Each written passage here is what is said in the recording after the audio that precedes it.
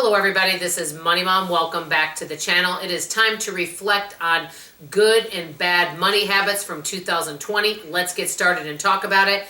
I'm going to talk about some bad habits I've developed, and then I'm going to talk about some good habits I've developed. I always start with the bad to get it over with. The first habit that I've developed, and I'm just being honest with you guys, I've been using my charge card when I don't have enough cash in my cash envelope system, or I don't take enough cash with me.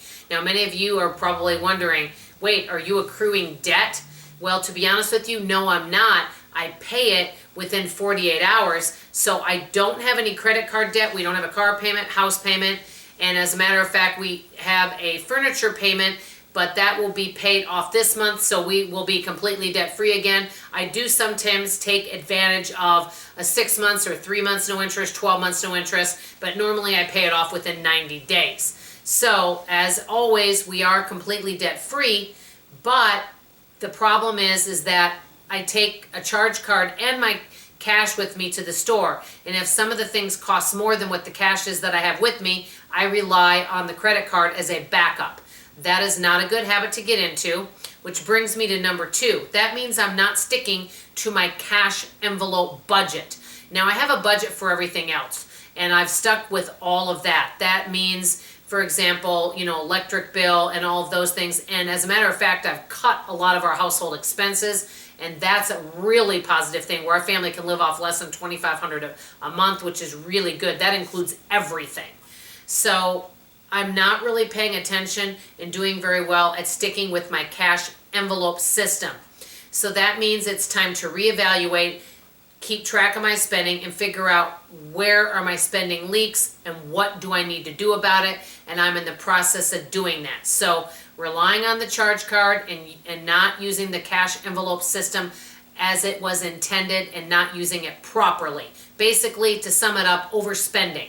And I want to be honest with you. A lot of it is, well, it's been a tough year, so I deserve it. I've been rationalizing with that thought, to be honest with you. So that's kind of where some of my overspending comes from. And last but not least, number 3, and you guys know this, I've been overspending at the grocery store. You should see me. I'm like a human tornado going through a store. I'm kind of like a wrecking ball, but louder. And I'm just like, oh, this looks fun. And I'm just a social butterfly. And if I'm even quiet for a second, some of the store employees are like, are you okay? You're so quiet. So they enjoy having me in the store because I should really get paid from some of these stores because I help upsell some of the products there. But I have a lot of fun, but I overspend because I love to try new things. And so that's something else. I'm reevaluating my grocery budget and making some positive changes with that as well. So that's another thing that I've been doing. And as a matter of fact, a few months ago, I created a budget for 1 month for groceries that we had to stick to $300 or less. And guess what? We did it. And you know what? We survived it. We didn't have as much, quote, fun food, but we were able to do it. So those are some of my bad habits, but I'm working to change that for 2021. Now on to my good habits. Number 1, and this is the one I'm the most proud of, and actually these kind of go together. I picked up 2 new side hustles, Patreon, and also Advantage Sales and Marketing, and I'm doing product demonstrations. We're doing virtual demos, but I'm grateful for the opportunity, and they've been really good to me.